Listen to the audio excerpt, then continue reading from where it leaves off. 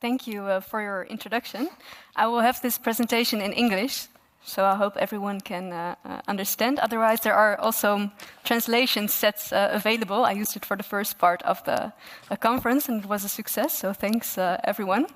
I will use this for my following slide. As in the introduction mentioned, I work for the research group Urban Aging. In that function, we also did a research into the development of new social housing initiatives. First we'll start with a part of the Dutch context, because I'm not sure if that's familiar for everyone. Because in the Dutch, when looking at the housing market, we actually are the country in Europe with the biggest amount of social housing in the country. Actually, 1/3 of the housing stock is social housing. The other part, around I think 70%, is people who living in their own home they own, the homeowners occupying their own home, and the other part is also rent, but then in the private sector. Of course, we're also facing similar challenges: population aging in place. And also, we also recently, well, it depends what you call recently, maybe that also changes with the age, what you would call it recently, but I think around 10 years ago, we also had the closing of the residential care homes that created a gap between, like individually living all by yourself in your home, in your community, and receiving care in a care facility. Then I have to see, and also we expect that in the coming years, at 2040, we will expect that we have 2 times as many as older people, and then in the oldest generation from 80 years on, 2 times as many people from 80 years and older in our country. So that's a challenge, that we have to face, and it's 1.6 million of people of 80 plus years old within a population of over 17 million people. Recently, we're also facing a big crisis because we don't have enough houses. Simply said, we don't have enough houses at the moment. So recently, our government they committed to building 900,000 new houses, before 2030. So that's a big challenge. And they also committed they wanted to fight for 1/3 of those houses built for older adults in particular. So they will take that with them. So we have to build. That's what you hear in the media. We have to build. But how do we build houses that are inviting people to actually want to live there? Because as I think what also came across in earlier talks, that's the same in the Netherlands. Also, people living in their house, older people, they live in their house where they raise their families. So they live by themselves or with a partner in a house for a family. And they are, of course, they are happy. Most of them are happy where they are in their community. They live there for a while. So why even consider going to another place if you have it well? So that's why we, of course, need to build and create attractive new initiatives for people. And to be able to do so, we do believe that it's very important to think about this challenge together with the people where we're building for, because we will have to live there. So it's important to take the perspectives of the people who would potentially come to live there into account when we think about the development of those initiatives. So that's a little bit where I will talk a little bit more about, because we did a research. We studied 4 different cases in the Netherlands of like new innovative housing facilities or housing initiatives, where they developed a project with future residents or with residents or future residents, mainly older people. or older adults. So we chose 4 innovative concepts, and we studied it from both perspectives, so both of the initiators and as well as of the people who live there or were planning to go and to live there. And it is, I forgot to mention earlier, but it's important to know that in the Netherlands then, when looking at new collective housing initiatives or new initiatives, just as the examples we studied, they were initiated by social housing associations. So they're taking on this challenge to creating new innovative house communities, and also social entrepreneurs. There are also a lot of entrepreneurs who take this challenge and come with different concepts. So participation, it's easier said than done, because how do you develop something with other people? That's very, very challenging indeed. So we also found that, of course, in the project we studied. And looking at participation, I think it's important to note that it has to be with the people who it's about, but it also have to impact the end design. So it's not enough to just talk about it, but it has to have a place in the final result. And there are a lot of barriers, also when you look at participation in different fields, but also especially in the housing, because how do you involve? How do you create a context in which everyone who is involved or wants to be involved can be involved in the decision-making process, and not only the people who maybe always have a say in things or are used to the structures we use to facilitate such processes. So how can we include more people? And then I wrote down tokenism. I'm not sure if anyone's familiar with the term. That's because a lot of the times people have the great intentions. They want to involve people, citizens, and they really want to do it well. Sometimes they only do it because it has to be done, but it has the risk that you only, if you only hear the same voices, or if you only hear the voices but it's not being met in the end result, then it's not really participation then. So that's a challenge, how to do it good. And that's also something that came across in the last question discussion, because thinking about something, you're not at the right spot, you're not familiar with how it is to live together with other people, you're not familiar maybe how it is of growing older, you're not familiar how it would be like being dependent on other people, asking for help, or how it would feel to live in a group when you lived with your family before. So it's very difficult to think about those things and talk about these things when you're not there yet or when you haven't seen things. So that's also, I think, a big challenge in participation, because I could ask you now as a group, even though you're very specialized maybe in the topic, how do you want to live in 10 years?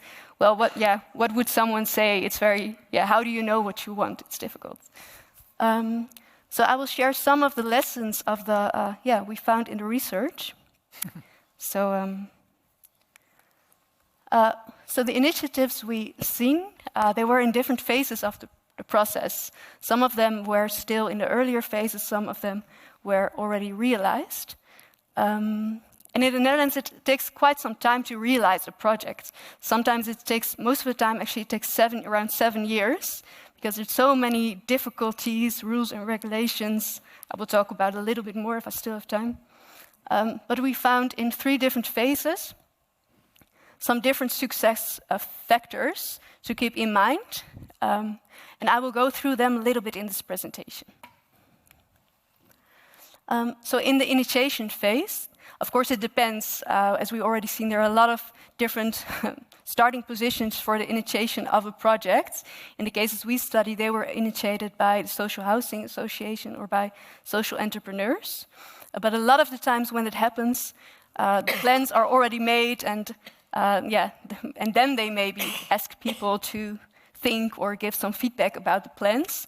But the initiatives that were successful, they said it's very important to include everyone from the start, so not make a whole idea before you go to a community, but first ask people how you want to grow old before even starting making the plans.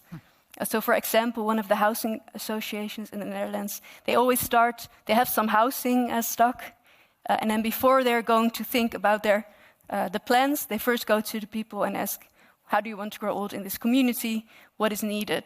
And then they use that as a starting point for further plans. And that actually leads to very innovative new concepts. For example, they came up in one community with like a communal living area with people from different generations. So students live there, older people live there, but older people from different generations, people from 15 years to older. And they also put the local library inside of the building, so a lot of people would come and go. So it was like always something to do in that spot. And they would also assigning to new residents would be assigned through the local butcher because he knew everyone in the area. So they really looked at where are we developing and what's needed in this place. Also very important is to share, to also think together with all the people involved about how do we want to do this together?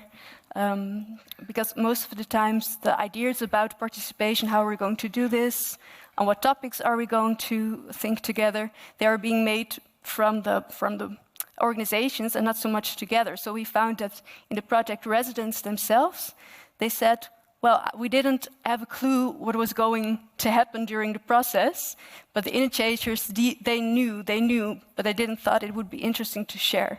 So the residents said it would be very nice to also think about that later, because otherwise it could lead to conflicts during the process. And that one is very important. Start exploring how to live together from the start, because it's very difficult to imagine how it would be. Most of the times in most of the project, they design the place, they think about a lot of things, but they forget about all the aspects about what is needed to live together. So they say start with that early. When looking at what kind of methods people used for co-creating the design and during concepting in the design phase, we saw quite some different methods, of which some people liked some methods more than the other ones. Overall, you could see, for example, visiting established collective housing initiatives. That was a very successful method. People really thought it was very valuable to see what else could be done and talk to other residents who live there, what works for you, what not, and then they would come back in a group and they would discuss this with each other, what could work for us, what not. So that really sparked the conversations, and the groups of people I spoke to, they really got new ideas about that, about, for example, how to deal with privacy. Very difficult to imagine if you're not there yet. Or, for example, conflict, what are you going to do with conflicts? But also practical things. One of the residents told me he really liked, they didn't think in a group about how it would be with a wheeled walker in the building, because they weren't there yet, but they saw that with the people in the other group, and then they thought, we really need to think about something for that. So overall, we draw some lessons from that, and that were the lessons that it's very important to use creative elements, just because it's difficult to think and talk about it when you're not there yet. And then you can also think about different things in creative elements. Some people make pictures, so they went with small groups of residents, they walked through the city at their own houses, make pictures of, this is what is important to me in living, in growing old, this is what we want for ourselves. And that really helps to spark thinking about what is needed, because what we saw, that we really need to invite people to dream about their future. Because if you don't do that, people also stuck to the thing they already hear or they already know in the media, and they also stay in the same thought line. So to really spark that creativity and dream a little bit bigger than the usual. And also discussing in small groups. We often see in the Netherlands that we have like, if someone's going to start a new initiative, they maybe have like one big session with a lot of people. They will share plans. People can respond. Well, that wasn't reported as successful, because then you can always think like, who comes to the meeting, who will respond? Can you really develop ideas together? Because the most ideas they came from some discussion in small groups with other residents to share and to build on each other's concepts. I also really like this quote. This is one of my favorite quotes from the research, I think, about also creating the atmosphere. Different atmospheres, of course, have different influence of what kind of ideas would come up. So one of the residents says, for example, when they walked on the beach, they had a beach walk with some of the future residents, and then they talked about what to do with conflicts, and that would really create a different dynamics to talk about such difficult, quite difficult topics to discuss. And this one is also very important, a varied mix of methods, because often in projects we see that some specific methods are used, could be more creative, or it could be, most of the times it is not creative, but maybe enquêtes or interviews.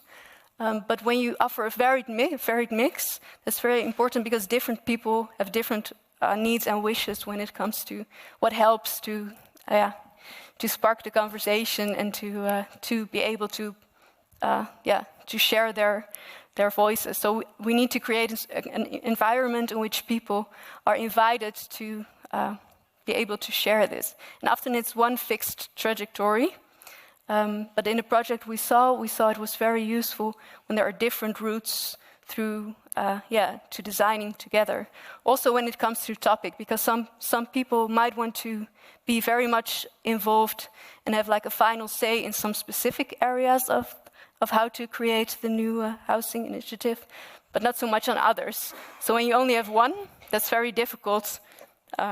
So that's one of the lessons. Well, and this, I think this is one of the most important things, because in most of the initiatives we see once it is finished, once there's this building, everything is designed, then you can start to live together, but that's very difficult, as we already heard also in maybe other things. So because people don't necessarily have experience in living together and all the social dynamics that come to play when living together. So that's why you also always have to take this phase into account when developing new initiatives. And there it's just really important to start with exploring how people want to live, and not so much how would like to see the building, what is often maybe asked at the beginning, but how do you do you want to use the building, how do you want to live together? Just start with that at the beginning. Not only is it of course good for people to get to know each other, but it's also a way to design the environment around how people would like to live together. And also, it's also because, as also mentioned before, a lot of people, they have, of course, different talents and different inspirations. So it's very important to include, to create an environment where everyone also can find a place for their own talents, also in the house. So what worked well for specific groups, if they really put this on the agenda and really discuss this from an early phase on, what would you like to do? How can we do this together? And in the Netherlands, also exploring the desired level of participation in the final phase is also important, but because we found that the facilitators or the social housing initiatives or social entrepreneurs, they really believe that in the end it would be the best if, like, the residents, if they would be on the highest rung of the ladder of influence, where they would have the total control of all the decisions that were being made. But we found that residents also sometimes, most of the times, thought it to be difficult if there wasn't anyone involved after after the process, and they were just left alone. Because, for example, like you see in the quote here, it's you have to live with each other too. So sometimes it's very difficult what to do then with making decisions or with conflicts in the group. So they really missed maybe some involvement of a third party, or a second party in the process. And that in contrast, where the founders, they really thought, the group, they should be totally self-managed.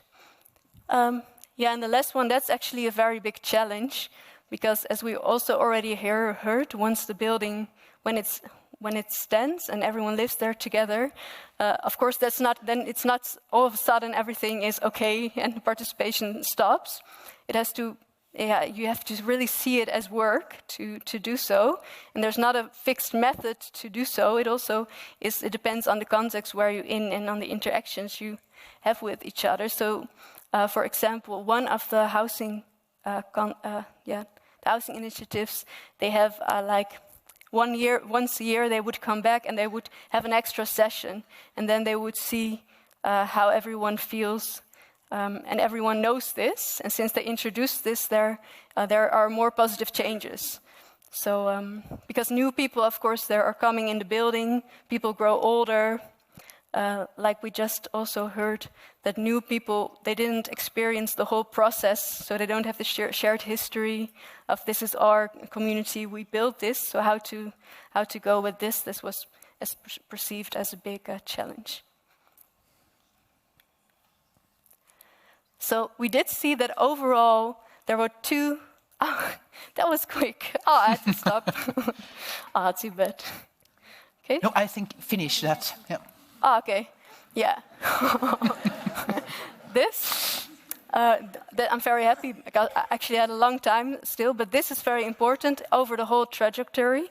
Of course, trust and communication, I think that's known, but when there's not a good trust, then all the other things, all your good intention, all the methods you choose, all the work you put into, that will be lost, because, and keeping an open attitude towards residents' ideas, that's, even more so important, because if you don't actually can follow through with great ideas that come to play, that really is a loss. Because it's really important to. That doesn't mean you always have to do everything that's important to people, but you really have to find out why do people want. How do they want to live, and what's behind the things they say? Because sometimes I really like those two examples.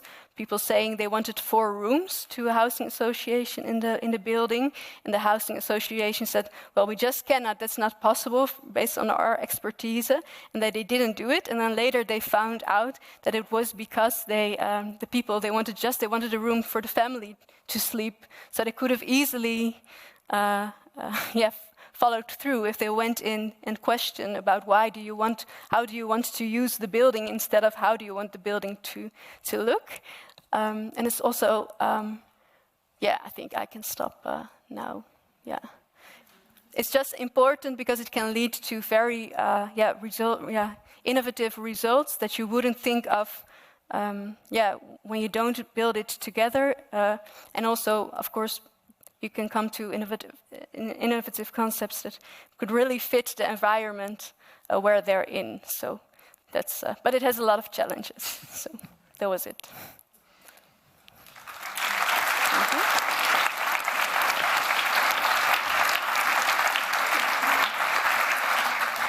Thank you very much. And I think now we have the opportunity and the possibility, the chance to ask questions, or perhaps somebody have a remark, a comment.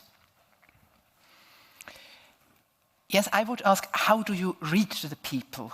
Yeah, that's a good question. How do you invite them? Yeah, I think it depends really on the context. I think that's the main thing. It depends on who are the people. You have to know who are the people, what is the context before you know how to reach them. So in different projects, that answer would be totally different. For example, one project, there was a housing initiative for people with American background, some organizations try to reach people with a migrant background by, for example, creating like one session somewhere with like a cultural themed. The initiator said, but here he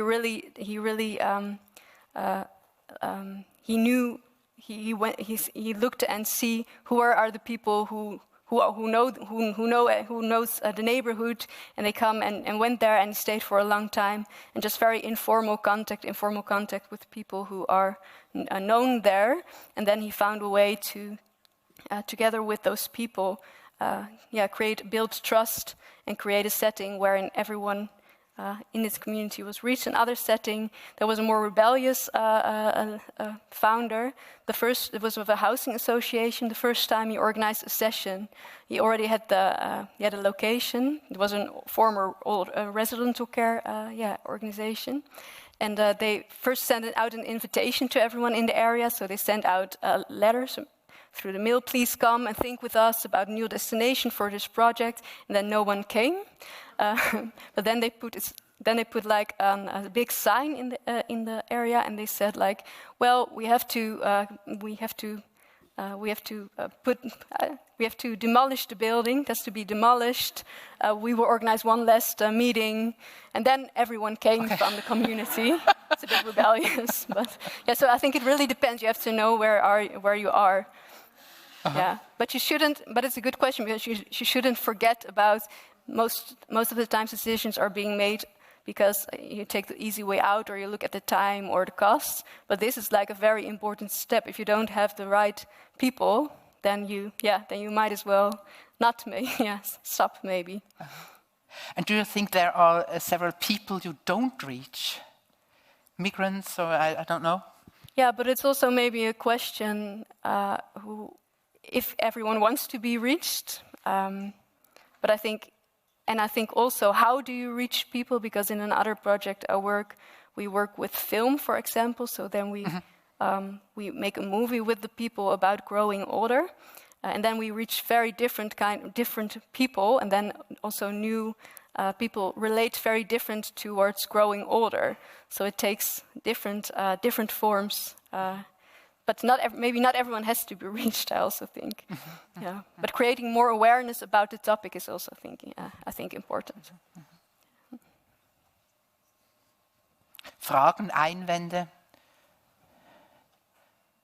Frau Spellenberg, what do you think about that project? I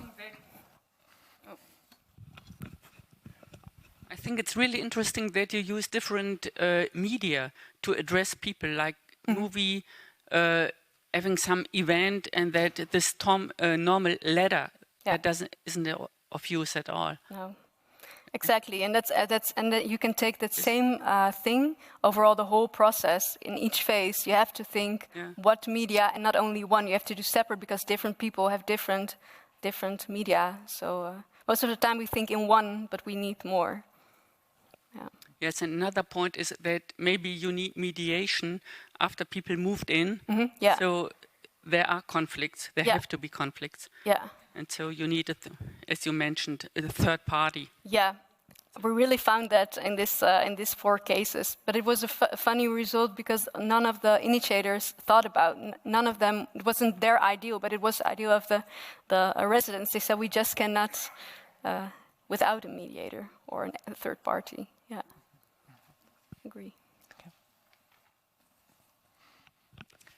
You said that the Netherlands has the highest percentage of social housing in Europe. Yeah. Do you think this makes it easier to have more of this projects like you talking about? Well, I'm not so sure, because in the Netherlands, I think some of the social housing initiatives, they are very innovative. We have one who is like very active in creating new communities, and who is like really investing in this. And of course, then you also have different people you can involve, because maybe you already have a relation with them, because maybe they already rent with your organization. But I'm not sure if it makes it easier. No. What do you think? Yeah. still a lot of challenges. I think so many challenges regarding this topic. So.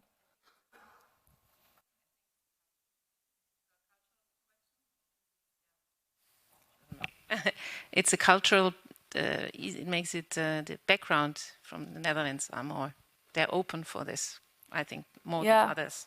But at the other hand, I didn't come to that part of the presentation, but on the other hand, there are so many rules and regulations, and it's so difficult, and also separation of care and living. So the government is two separate apartments, care and housing. So when you want to build for older people, that's quite challenging because, you need care and you need you need housing. So that's so that's how it's organized in the Netherlands. That's a big barrier in the Netherlands, because also if you want to build, and for example, you want a contract with a with a care facility and you want a contract with a care facility, but you just want a normal living living community. And for example, the people want a bar in their house. They're in their house. They want a bar. Then you cannot have a care organization with a bar. So what to do then? So that's a difficult part in the cultural, how it's arranged in the Netherlands. Example. Thanks.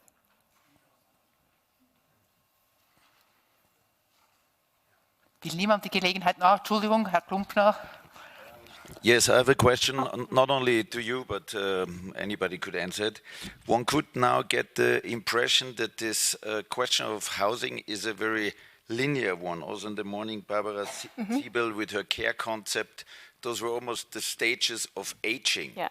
But I'm wondering, isn't there sort of perhaps in the Netherlands, a more circular approach where at the same time that we're talking about the old gentleman with the rollator, you can also have in mind the young parents with the child's trolley, right? I'm wondering if there's not a more sort of a circular idea of discussing those topics, because at the end of the day, there's a lot of talk about the French exception as the country in Europe which has actually more children, significantly more birth rates and average age than in the Netherlands or in Scandinavian countries. And it sounds almost like a self-fulfilling prophecy, also what we heard earlier, there are no kids. So is this something the society wants? Or is this something we could also, as a larger topic, realize in such projects? That this doesn't become a financial question, but a question of a society that at the end of the day seems to work on its own disappearance, one could say provocatively. Yeah, difficult. When I look at the Netherlands, I do know some examples who do more of a flexible kind of building, so a way how they can rearrange the building based on different contexts that arise in the building. So where, for example, families, they can live with their with all the different generations in the families, and also in other families, different generations. But there they can change for example, also the building and the walls, like a Rietveld house, for example. But maybe there's someone who,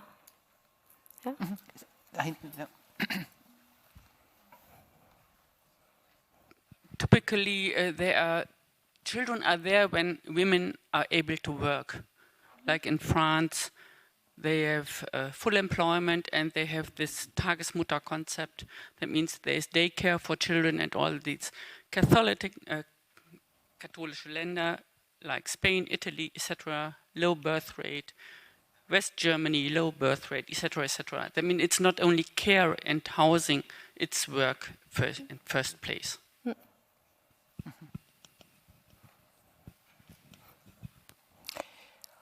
Okay, thank you very much. Thank you.